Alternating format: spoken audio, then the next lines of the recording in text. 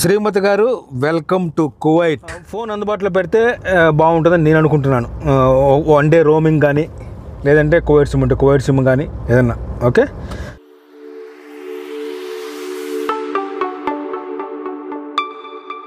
Kuwait international పార్కింగ్లో అయితే బండి పెట్టేశాను. చూడండి, ఎదురు కనిపిస్తుంది కదా, అదే ఇంకా అరైవల్ ఎక్కడికి వస్తుంది. ఇదంతా పార్కింగ్ ఏరియా మొత్తం అంతా. ఎదురుగా నుంచి మన వాళ్ళందరూ దిగిన వాళ్ళందరూ బయటకు వస్తున్నారు. చూడండి, వీళ్ళు వస్తున్నారు కదా, వీళ్ళు ముందుగా ప్లేట్ అయిపో దిగారు, వస్తున్నారు. నేను కూడా లోపలికి వెళ్తున్నాను.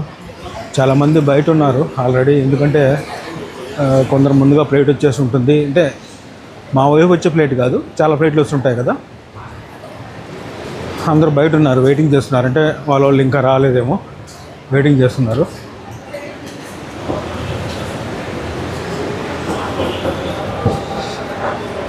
ఎదురు కనిపిస్తుంది కదా, అదే welcome to the airport mall.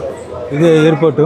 చూడండి, మొత్తం దిగిన వాళ్ళంతా ఎదురుగా ఉంది కదా, అక్కడి నుంచి బయటకు వస్తుంటారు.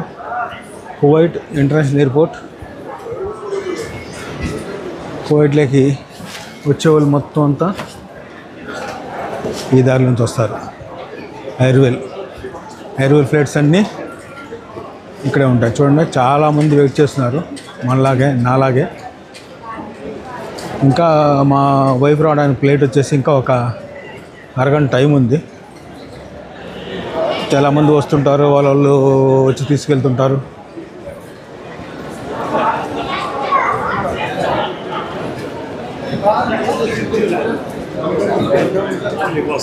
ఎదురు గేట్ ఉంది కదా, ఆ గేట్లోంచి వస్తారు. మా ఆవిడైతే రావడానికి ఇంకొంచెం టైం ఉంది, ఇంకొక అర్ధగంట ఉంది. ప్లేట్ ఇంకా దిగలేదు, ఒక అర్ధగంట తర్వాత దిగుతుంది. వెయిట్ చేద్దాం అప్పటి వరకు. కొంచెం తొందరగానే వచ్చేసాను, కొంచెం ఎగ్జైట్మెంట్ ఉంటుంది కదా, కొంచెం తొందరగానే వచ్చేసాను.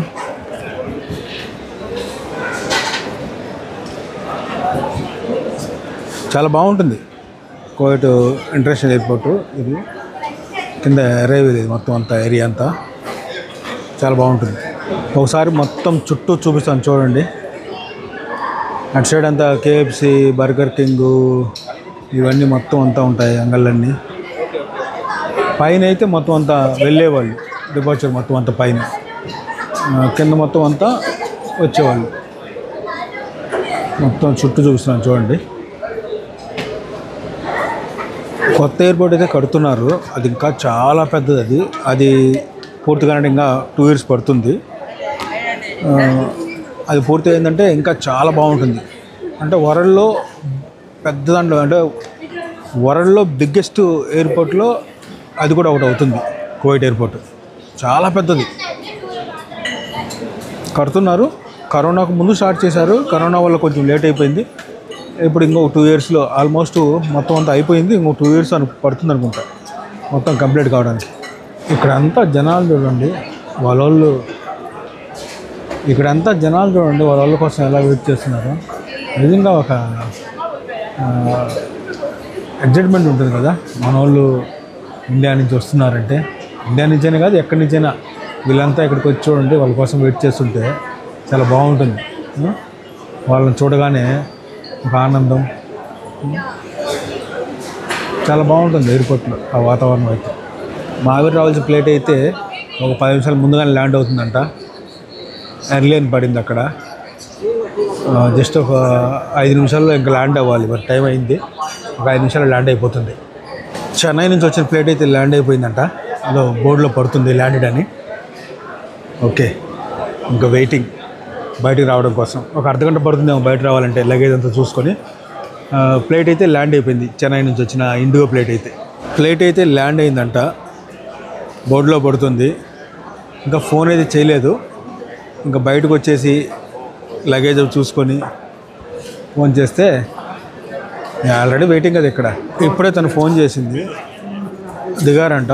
అంటే లోపలికి ఎంటర్ అయ్యారంట, ఇంకా ఇమిగ్రేషన్ అవ్వలేదంట. ఇమిగ్రేషన్ అవ్వడానికి, ఇంకా లగేజ్ అన్ని తీసుకోవడానికి ఇంకొక అర్ధగంట పడుతుంది. ప్రస్తుతానికైతే ఫోన్ చేసింది లోపల నుంచి. ఇప్పుడే ప్లేట్ దిగి లోపలికి ఎయిర్పోర్ట్లోకి ఎంటర్ అయ్యారంట. ఫ్లైట్ ల్యాండ్ అయ్యి ఇప్పటికే గంట అయింది. కానీ ఇంకా బయటికి రాలేదు. ఎందుకంటే ఒకేసారి 3 ఫ్లైట్లు ల్యాండ్ అయ్యాయి. ఇంకా లోపల ట్రాఫిక్ ఫుల్ అయిపోయింది కదా, అందుకని లేట్ అయింది. ఇంకా ఆల్రెడీ గంట అయిపోయింది ల్యాండ్ అయిపోయి కూడా ఇంకా బయటకు రాలేదు. దాదాపు 3 గంటల తర్వాత ఇప్పుడు వస్తుంది బయటికి. బయోమెట్రిక్ ప్రాబ్లం అయిందంట, బాగా లేట్ అయిపోయింది. బయోమెట్రిక్ నాకు కూడా నోటుకుని కాళ్ళు నొప్పి పెట్టుకున్నాడు.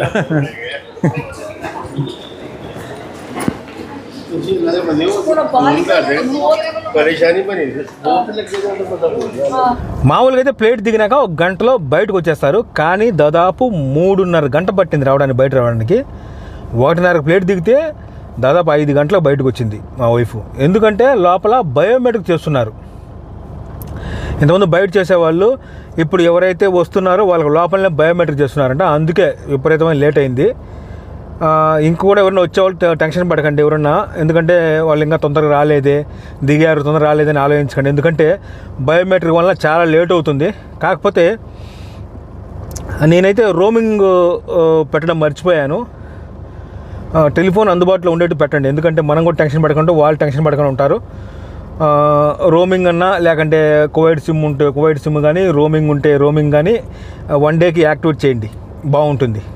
వాళ్ళు టెన్షన్ పడరు, మనం ఇక్కడ బయట టెన్షన్ పడము. కాకపోతే నాకు ఫోన్ చేసింది దిగిన తర్వాత మళ్ళీ ఫోన్ చేయాలనుకుంటే ఎవరి దగ్గర ఫోన్ అక్కడ పనిచేయలేదు, అంటే ఎవరి దగ్గర లేదంట ఫోను. అంటే కొందరు కొత్తగా వచ్చేవాళ్ళు కదా, వాళ్ళ దగ్గర మా దగ్గర లేదు లేదు అన్నారంట. అడిగిందంట ఆల్రెడీ, ఒక మాట చెప్తామని బయటికి. వాళ్ళ దగ్గర కొత్త వాళ్ళు వాళ్ళ దగ్గర ఫోన్ లేవంట. నా పక్కన కూడా ఒక అతను వాళ్ళ వైఫ్కి వీసా తీశాడంట, కంపెనీ వీసా. అంటే విజిట్ కాదు కానీ కంపెనీ వీసా, అంటే మామూలుగా పనిచేసేదాన్ని కంపెనీ వీసా తీశాడంట. ఆమె కూడా నిలబడిపోయింది, ఆమె కూడా రాలేదు బయటికి కూడా, ఎందుకంటే బయోమెట్రిక్. మా వైఫ్ వచ్చిన తర్వాత కూడా ఆమె ఇంకా రాలేదు బయటికి. అతను చెప్పాడు ఆమె దగ్గర ఫోన్ అందుబాటులో ఉండిందంట కొంచెం, అంటే వైఫై కొంచెం ఆన్ అవుతూ ఆఫ్ అవుతూ ఉందంట. వైఫై కూడా సరే పనిచేయాలంటే, వైఫై పనిచేస్తుంది కువైట్ ఇంటర్నేషనల్ ఎయిర్పోర్ట్లో. అది కూడా తక్కువ, అంటే మెసేజ్ మాత్రం వెళ్తాయి ఆల్మోస్ట్. ఆ మెసేజ్ చేసింది, నేనైతే ఇక్కడ ఉన్నాను, నా ముందర ఇంకా చాలామంది ఉన్నారు, వస్తానులే బయటకని టెన్షన్ పడద్దని చెప్పిందంట. ఫోన్ అందుబాటులో పెడితే బాగుంటుందని నేను అనుకుంటున్నాను. 1 డే రోమింగ్ కానీ, లేదంటే కువైట్ సిమ్ ఉంటే కువైట్ సిమ్ కానీ ఏదన్నా. ఓకే, ఇంకా ఏదైనా మీకు, మా వైఫ్ వచ్చేసింది కాబట్టి ఇంకా ఏమైనా మీకు ఏమన్నా డౌట్లు ఏదైనా ఉన్నా కామెంట్లు అడగండి, ప్రతి ఒక్కదానికి మీకు క్లియర్గా సమాధానం చెప్తాను. ఓకే, థ్యాంక్ యూ అందరికీ. జై భారత్, జై హింద్.